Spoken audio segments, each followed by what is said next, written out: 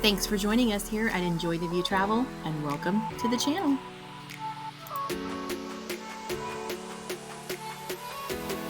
This week's View on Travel Season 2 starts now. Hey, this is Brittany with Enjoy the View Travel, and you are watching this week's View on Travel. So we are starting out with something a little bit different today. Would you live on a cruise ship? So it's been in the news this week as a woman from California has been featured for actually living on a cruise ship. Have you ever wondered how that would work? So let's talk about it. So the 77-year-old woman is from California, and she says that while it is not cheap to live on a cruise ship, she said it is cheaper than she could continue to live in California. So what does it really cost, and how does it really work? So she set sail last year in September of 2024. So the cabins are sold on a permanent basis or at least 15 years. So pricing starts at $129,000 for inside staterooms, and they go up depending on the cabin category. There's also a monthly fee. So kind of think homeowners association to the tune of $3,000 a month for single occupancy. That runs about $36,000 a year. And I'm sure that if it is a double occupancy situation where it's a husband and a wife, or two sisters, or however you have it set up, that it would be more, obviously. So it did not state what a double occupancy was, but you could probably figure possibly double, maybe not quite that much, maybe for two, it's less than double, but I would say it could be up to double. So what does all that get you? Well, it gets you food and soft drinks included, alcohol is included at dinner, Wi-Fi is included, medical visits are included, entertainment is included, room service is included, weekly housekeeping is included, bi-weekly laundry is included. So lots of options. Yes, lots of options. And don't forget that you're cruising around the world, so you get to visit all these amazing destinations, and you get to meet new people who are coming on the ship. So she is actually living on the Villa by Odyssey. And if you're going to fly home, because you've purchased this cabin, so it is yours, but like if you're going to go fly home for a visit or something like that, you can actually rent out your cabin if you would like to do that. So what do you think? Is this a good deal? Is it something that you would do? It is not cheap to live in an assisted living. It is not cheap to keep your house up once you have retired. So, what are your thoughts? Drop them in the comments below. So it seems that Universal is trying to make a go in Chicago with Universal Horror Unleashed. Now, this would be a year-round attraction on the edge of River West in Chicago. Universal has announced they do have a long-term lease, and they are projected to open in 2027, with construction starting sometime in 2026.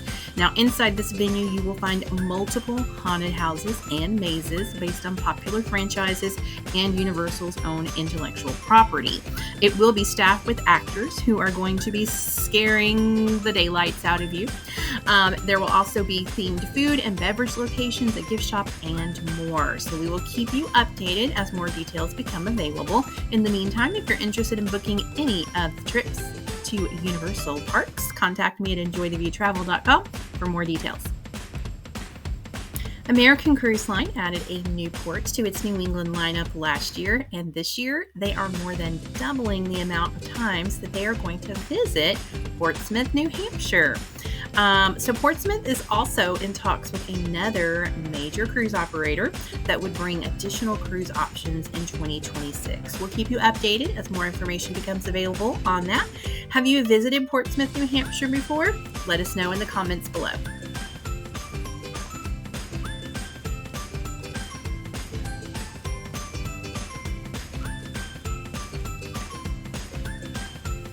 Well, we're about a month into the 2025 hurricane season. Vacations are a go, so let's look at some of the predicted outcomes and how things are looking into this first month.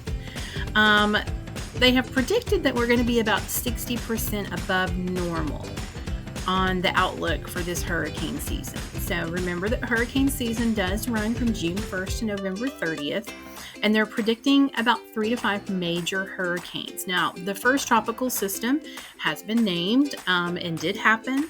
Andrea kind of formed out in the middle of the ocean and kind of fizzled out in the middle of the ocean. So let's hope that they all go so quietly this season. The next 2 storms that will be named will be Barry and Chantel. But really right now there doesn't appear to be anything forming, so I think we're good for right now.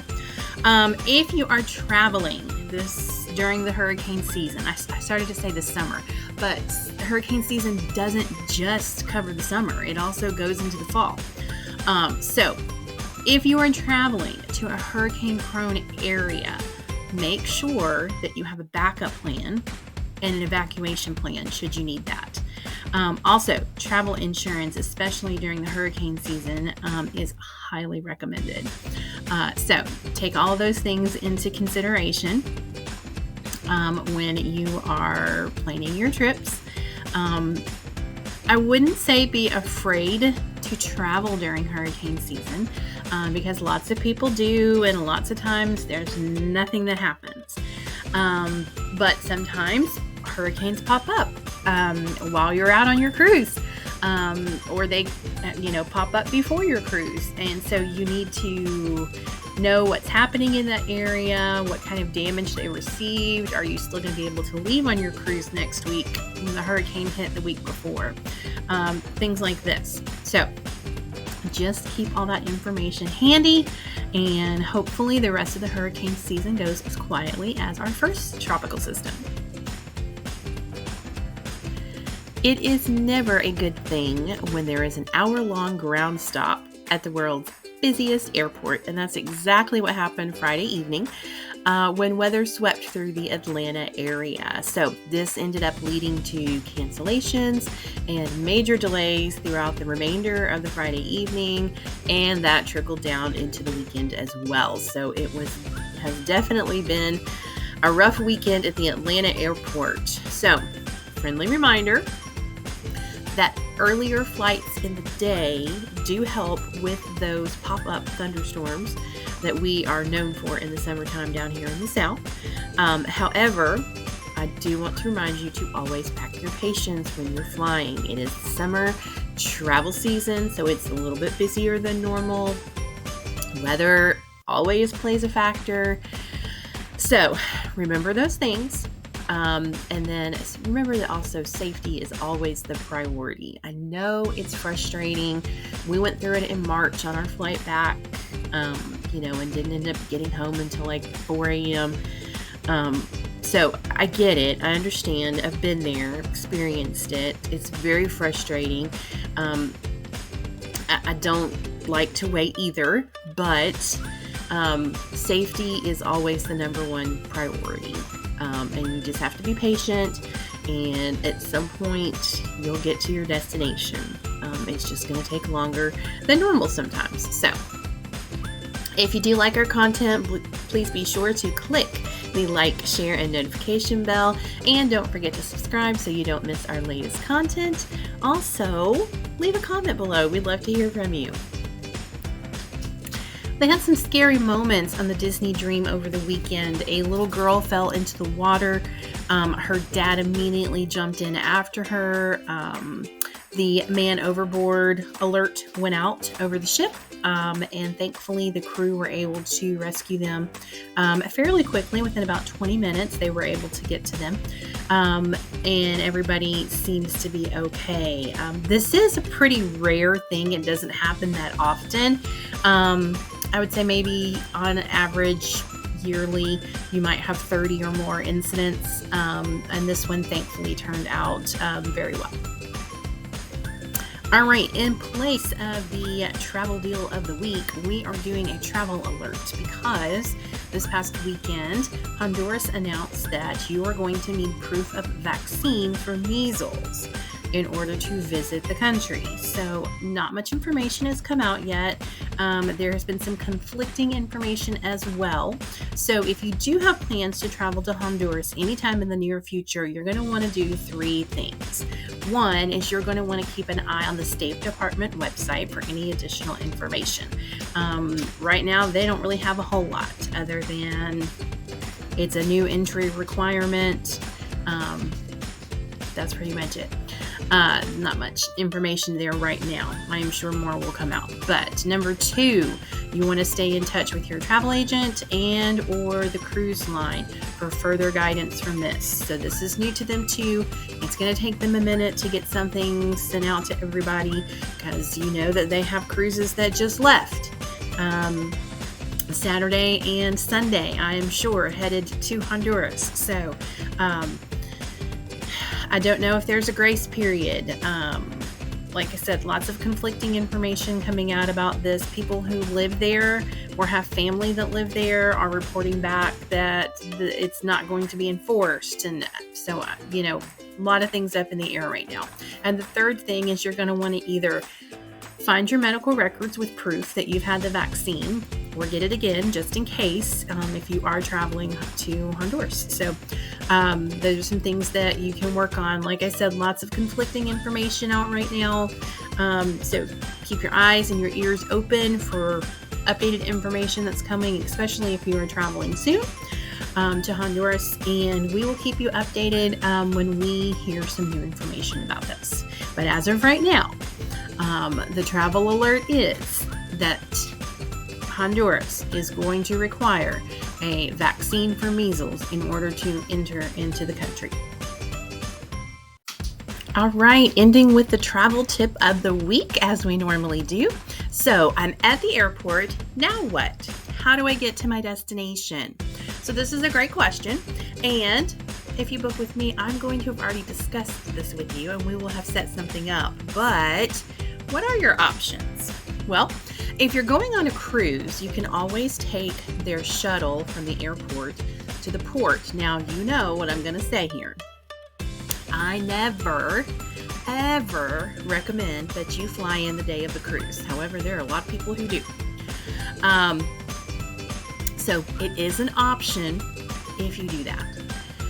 You'll already add it in with your cruise fare. You'll already have paid for it. And you will have been given directions on where to go once you pick up your luggage to get the shuttle to the port. Okay. Now, if you're staying overnight at the airport hotel or maybe a close by hotel that offers a free shuttle to the airport, this could also be an option for you. So something to think about.